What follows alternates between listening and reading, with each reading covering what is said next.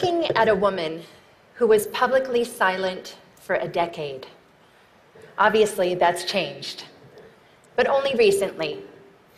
It was several months ago that I gave my very first major public talk at the Forbes 30 Under 30 Summit. 1,500 brilliant people, all under the age of 30. That meant that in 1998, the oldest among the group were only 14, and the youngest just 4. I joked with them that some might only have heard of me from rap songs. Yes, I'm in rap songs. Almost 40 rap songs. But the night of my speech, a surprising thing happened. At the age of 41, I was hit on by a 27-year-old guy. I know, right?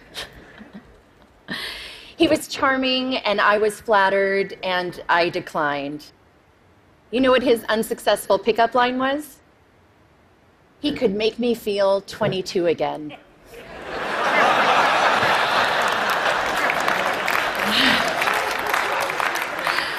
I realized later that night, I'm probably the only person over 40 who does not want to be 22 again.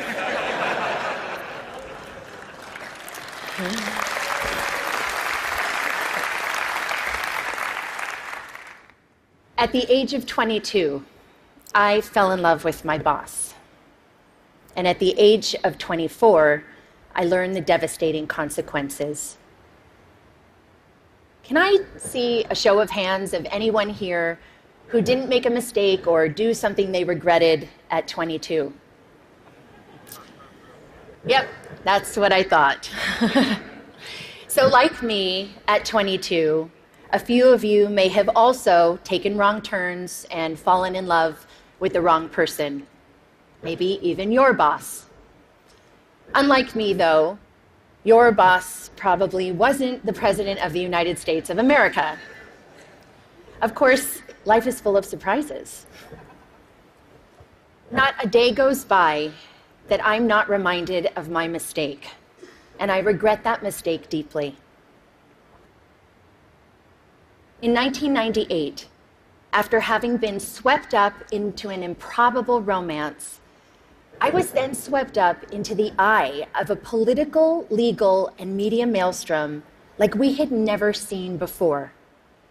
Remember, just a few years earlier, news was consumed from just 3 places: reading a newspaper or magazine, listening to the radio, or watching television. That was it. But that wasn't my fate. Instead, this scandal was brought to you by the digital revolution. That meant we could access all the information we wanted, when we wanted it, anytime, anywhere. And when the story broke in January 1998, it broke online. It was the first time the traditional news was usurped by the internet for a major news story. A click that reverberated around the world. What that meant for me personally was that overnight, I went from being a completely private figure to a publicly humiliated one worldwide. I was patient zero of losing a personal reputation on a global scale almost instantaneously. This rush to judgment enabled by technology led to mobs of virtual stone throwers. Granted, it was before social media, but people could still comment online, email stories, and of course, email cruel jokes. News sources plastered photos of me all over to sell newspapers, banner ads online, and to keep people tuned to the TV. Do you recall a particular image of me, say, wearing a beret? Now, I admit I made mistakes, especially wearing that beret. But the attention and judgment that I received, not the story, but that I personally received, was unprecedented. I was branded as a tramp, tart, slut, whore, bimbo, and of course, that woman. I was seen by many, but actually known by few. And I get it. It was easy to forget that that woman was dimensional, had a soul, and was once unbroken. When this happened to me 17 years ago, there was no name for it. Now we call it cyberbullying and online harassment. Today, I want to share some of my experience with you, talk about how that experience has helped shape my cultural observations, and how I hope my past experience can lead to a change that results in less suffering for others. In 1998, I lost my reputation and my dignity. I lost almost everything, and I almost lost my life. Let me paint a picture for you. It is September of 1998. I'm sitting in a windowless office room inside the office of the Independent Counsel, underneath humming fluorescent lights.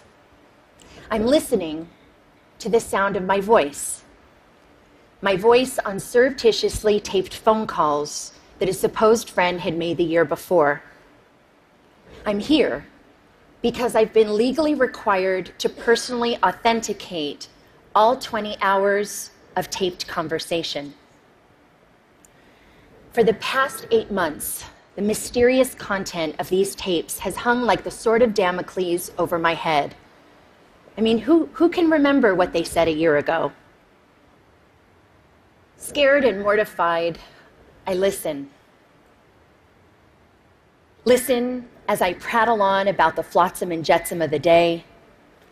Listen as I confess my love for the president and, of course, my heartbreak. Listen to my sometimes catty, sometimes churlish, sometimes silly self being cruel, unforgiving, uncouth. Listen deeply, deeply ashamed to the worst version of myself, a self I don't even recognize. A few days later, the Starr Report is released to Congress, and all of those tapes and transcripts, those stolen words, form a part of it. That people can read the transcripts is horrific enough. But a few weeks later, the audio tapes are aired on TV and significant portions made available online. The public humiliation was excruciating. Life was almost unbearable. This was not something that happened with regularity back then in 1998. And by this, I mean the stealing of people's private words, actions, conversations, or photos, and then making them public. Public without consent, public without context, and public without compassion. Fast forward 12 years to 2010, and now social media has been born. The landscape has sadly become much more populated with instances like mine, whether or not someone actually made a mistake, and now it's for both public and private people. The consequences for some have become dire, very dire. I was on the phone with my mom in September of 2010, and we were talking about the news of a young college freshman from Rutgers University named Tyler Clementi. Sweet, sensitive, creative Tyler was secretly webcammed by his roommate while being intimate with another man. When the online world learned of this incident, the ridicule and cyberbullying ignited. A few days later, Tyler jumped from the George Washington Bridge to his death. He was 18. My mom was beside herself about what happened to Tyler and his family, and she was gutted with pain in a way that I just couldn't quite understand. And then eventually I realized she was reliving 1998, reliving a time when she sat by my bed every night. Reliving a time when she made me shower with the bathroom door open. And reliving a time when both of my parents feared that I would be humiliated to death, literally. Today, too many parents haven't had the chance to step in and rescue their loved ones. Too many have learned of their child's suffering and humiliation after it was too late. Tyler's tragic, senseless death was a turning point for me. It served to recontextualize my experiences, and I then began to look at the world of humiliation and bullying around me and see something different. In 1998, we had no way of knowing where this brave new technology called the internet would take us. Since then, it has connected people in unimaginable ways, joining lost siblings, saving lives, launching revolutions.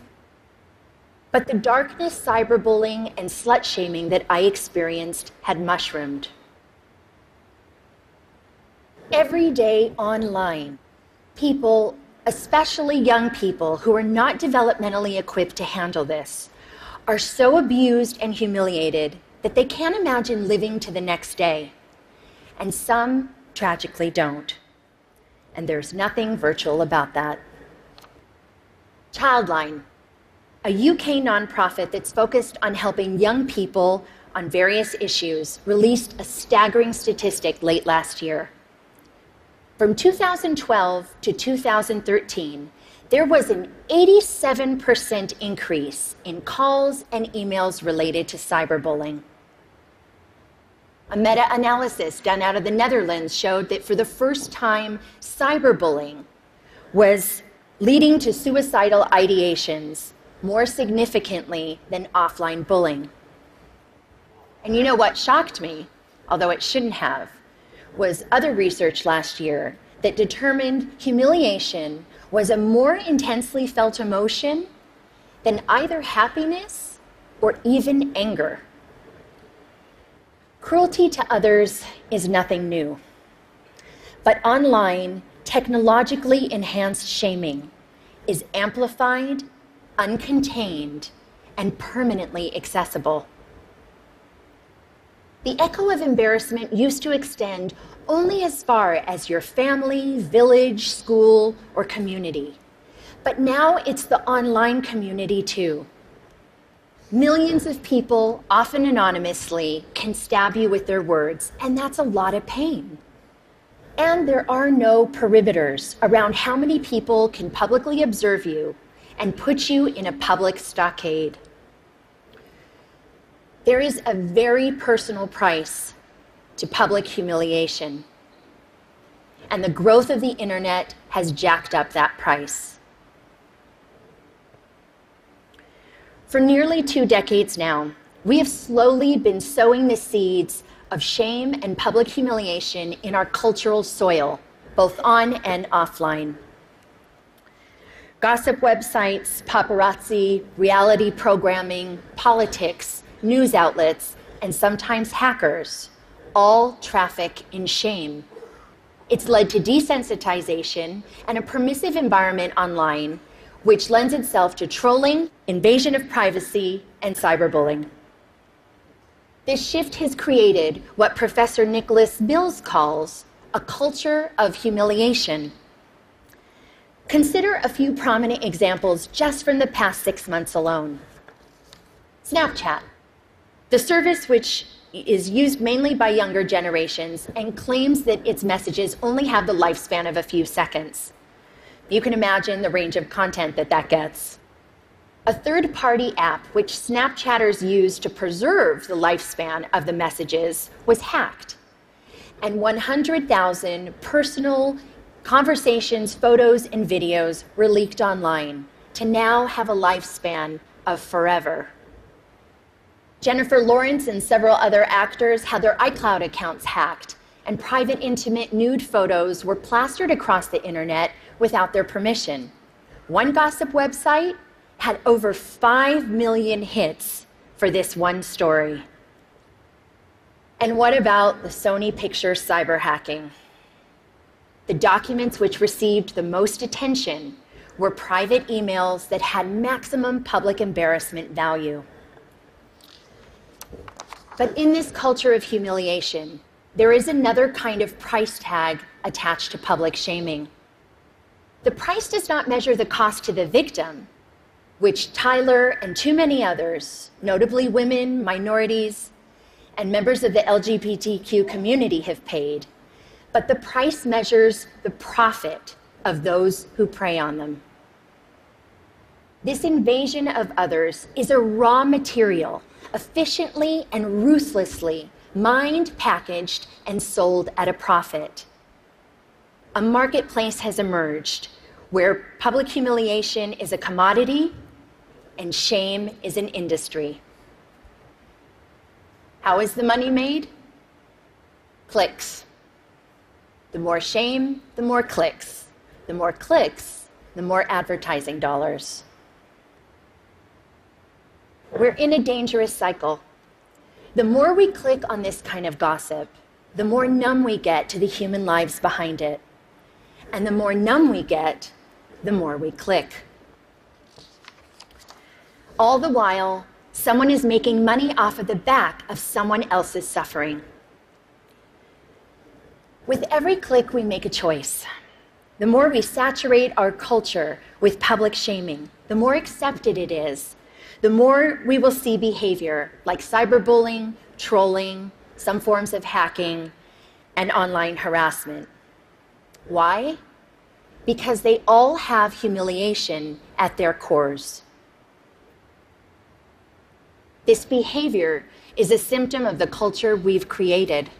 Just think about it. Changing behavior begins with evolving beliefs.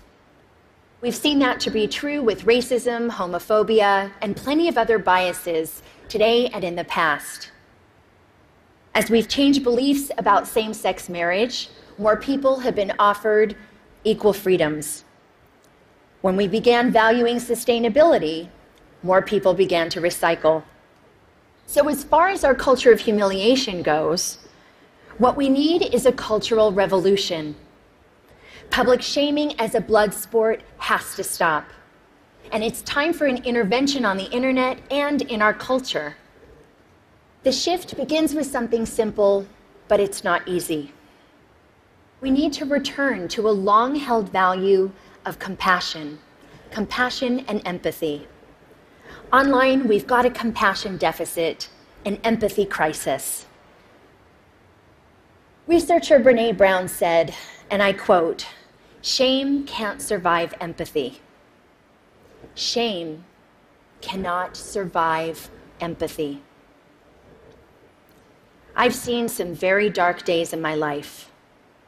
It was the compassion and empathy from my family, friends, professionals, and sometimes even strangers that saved me. Even empathy from one person can make a difference. The theory of minority influence, proposed by social psychologist Serge Moscovici, says that even in small numbers, when there's consistency over time, change can happen. In the online world, we can foster minority influence by becoming upstanders.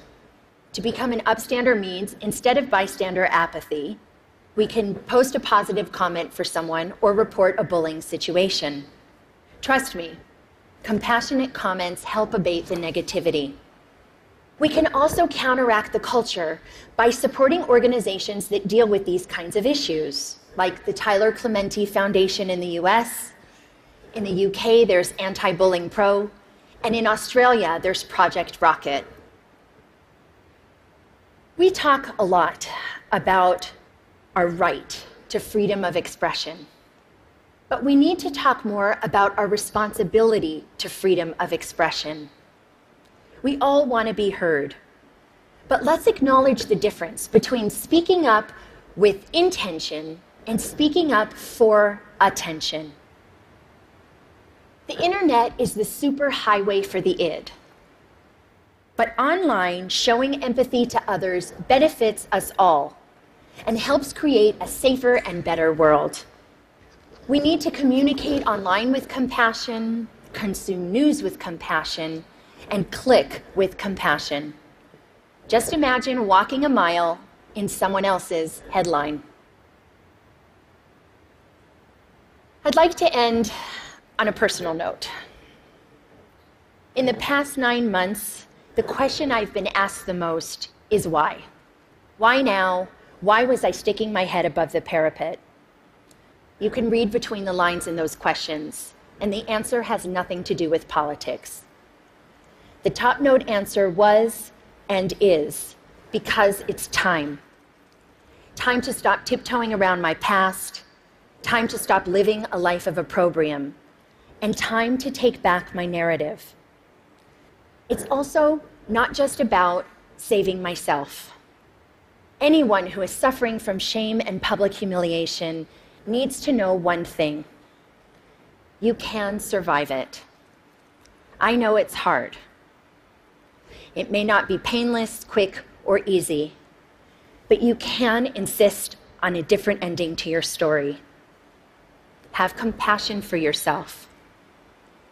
We all deserve compassion, and to live both online and off in a more compassionate world. Thank you for listening.